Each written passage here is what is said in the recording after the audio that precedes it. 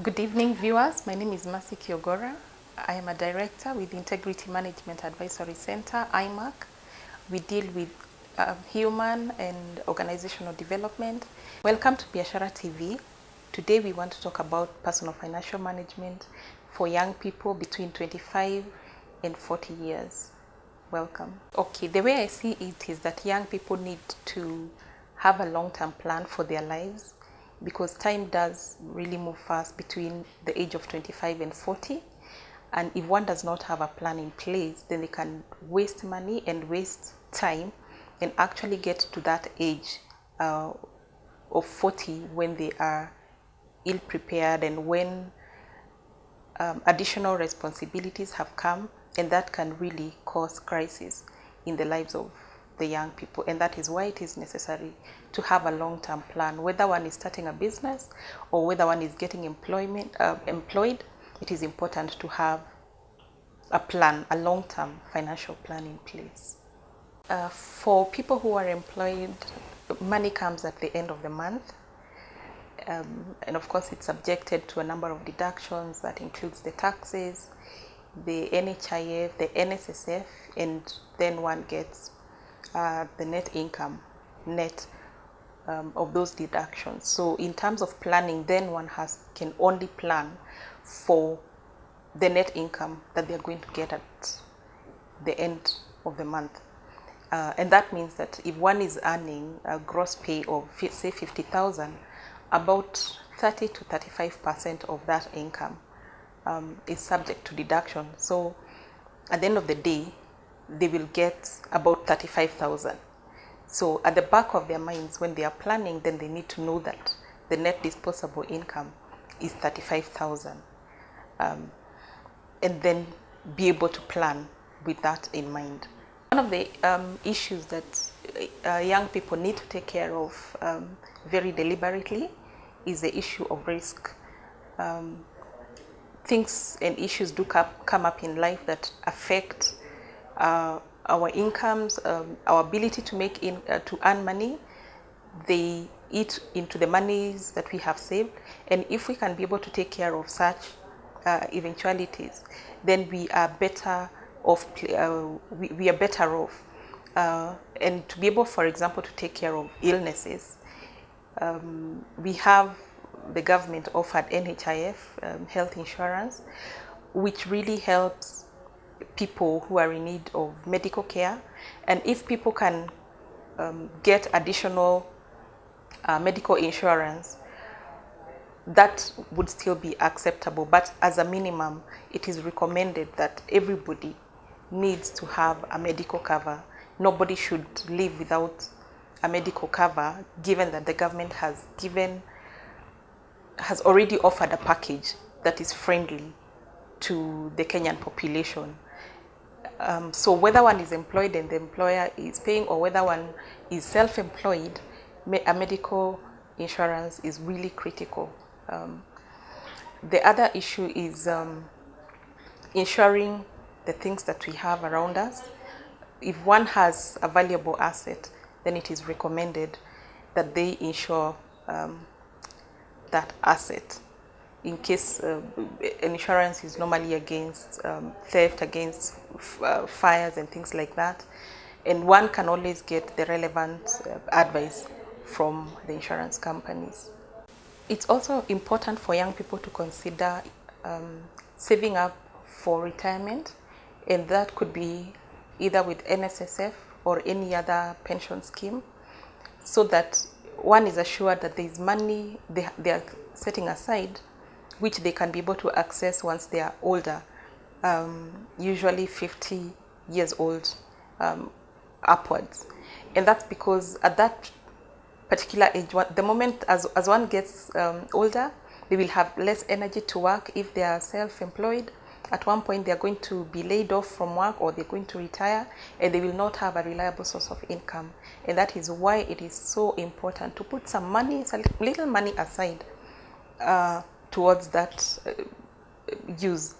towards that end, so that once they are out of job or they're not able to generate their own income, or once their income is reduced as they age, then they can have something to survive on. So as the young person makes their financial plan, it is extremely important that they consider putting some money aside for that they can be able to access once they're no longer economically active.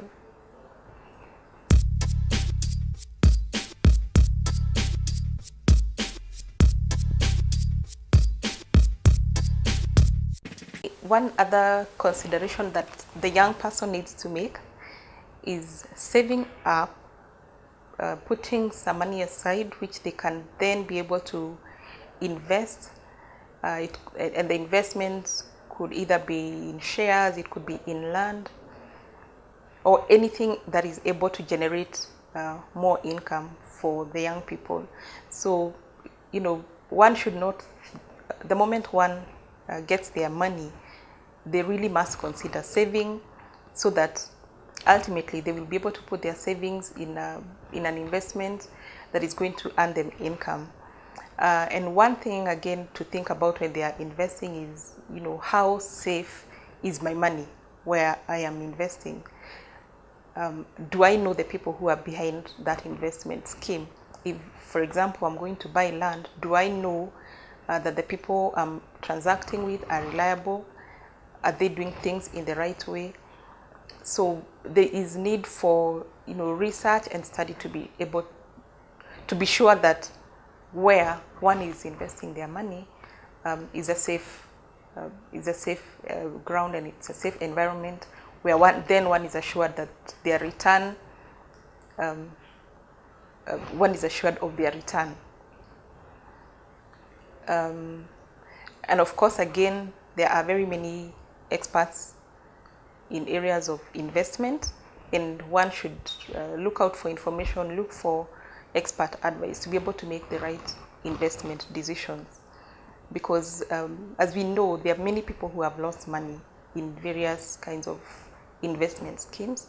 So, and losing money is normally a very painful experience, because this is hard-earned money that just goes down the drain. But once you have done sufficient research, you have read, you have spoken to people, you have looked at where other people are investing, and you've done all your background research, then you're sure that once you invest your money, it's going to be safe. The seed capital is going to be safe, and you are also assured of a return, because at the end of the day, what you want is to grow your money as you also continue to age. I think the current young person is under pressure to have the best of everything. People want to have the best cars, the best mobile phones, the best house. They want to be the best dressed. And this is really putting a lot of pressure on young people and causing people to live beyond their means. My challenge to young people is for them to just live beyond within their means, because one will then end up having to borrow or having to look for unscrupulous ways to make money for them to be able to cope with the trend. And naturally, you will always find some people who are doing better off, who are dressed better, who have better cars, and trying to match with what everybody else has will certainly put a strain on one's finances. So my challenge to any young person who has an income is to really try and live within their means. And particularly, I would like to talk about consumer loans. And consumer loans are, loans that we go for to the banks to be able to buy things like vehicles, not commercial vehicles, but vehicles for personal use. And that begins to put a lot of strain on our income and our resources, because there is an interest to the loan that one has taken, and then the car comes with additional costs. You're fueling this car daily, you're maintaining the car, and usually when one has a car, people tend to travel more, and with travel comes more expenses. So the moment one walks into a bank, and of course banks are in the business of giving away loans, the banks are more than happy to give that loan. And the moment you have that car, then you have multiple expenses that you have to deal with. And just the loan itself, by having bought a car on loan, you end up spending, more than, you end up spending 50% more than what you should have bought that car for. Usually one will end up spending 50% more than the original value of the car because of the interest. And the moment one buys a car, the value of the car starts to depreciate, which means you cannot even be able to sell it at the price for which you bought it. You can only sell it at a lower price. Within a year, that car has depreciated in value, and that means you have lost money in interest, and you have lost money in terms of the value of the car. And with a car, you tend to spend more because you travel more, you have to fuel, you have to buy gifts for people that you're going to visit, you have to maintain the car in terms of cleaning, in terms of the routine repairs and maintenance. And a lot of young people are getting lost into this cycle of car loans that end up really eating into what would otherwise be used in very good ways to earn more income, especially if one was able to invest rather than put that money in a car. It makes a big difference. It really takes one very many steps behind the moment you go for consumer loan.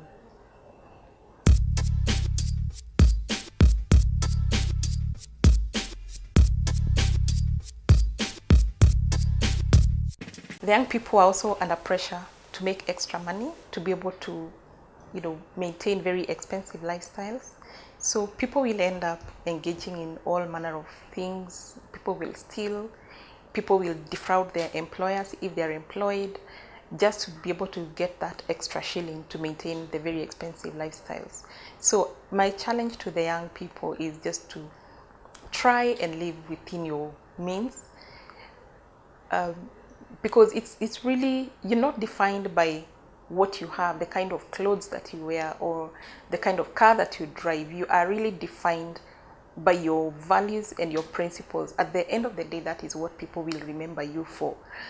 And it doesn't make sense to then really go out of your way to make so much money just to be able to match your living style with somebody else.